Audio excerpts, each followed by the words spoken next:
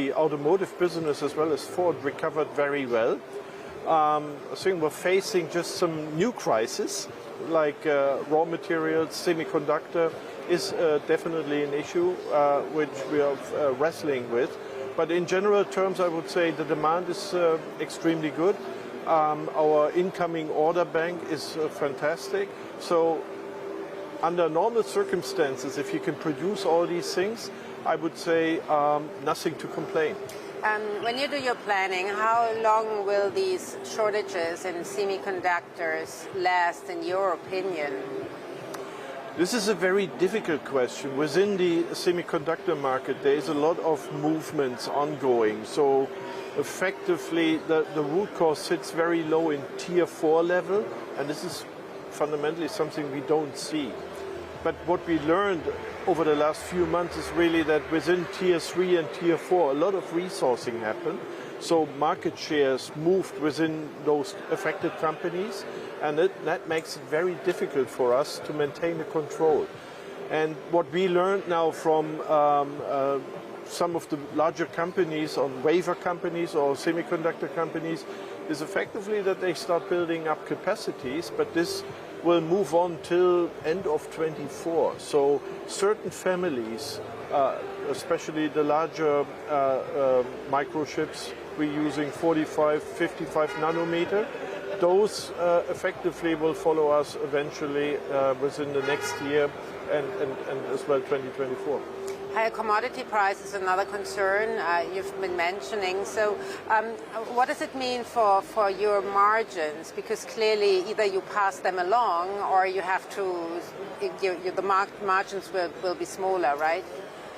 I mean, the market generally allows right now, with demand managing, we're running good margins. I mean, that's really good because you get a lot of incoming orders. We are holding some of the production based on shortfalls, so you can stimulate the markets to a certain degree.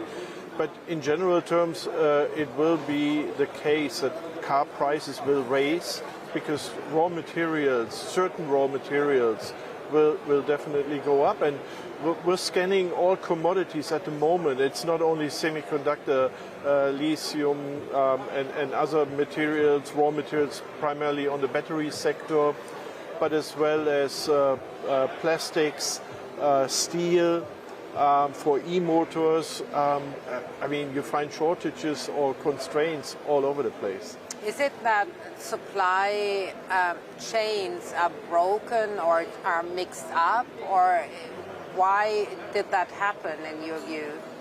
Yeah, this is multiple root causes. To a degree, the entire material flow has changed within all the companies involved. So there's, if you want, a restructuring of certain business in place. And on the other side, it's really demand management. I mean, if you take a conventional car, and I stay with semiconductor, a conventional car like a Focus, we build roughly 300 semiconductor in such a car.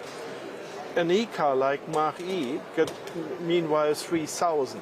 So it's not just volume, it's technology on the other side. And this is very difficult to measure because in the beginning we were always talking about car volume, industry, and everyone said, well, we didn't grow that much. So yeah, it's the content.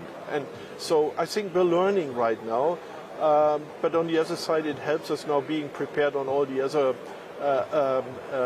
issues arising at the horizon at the moment.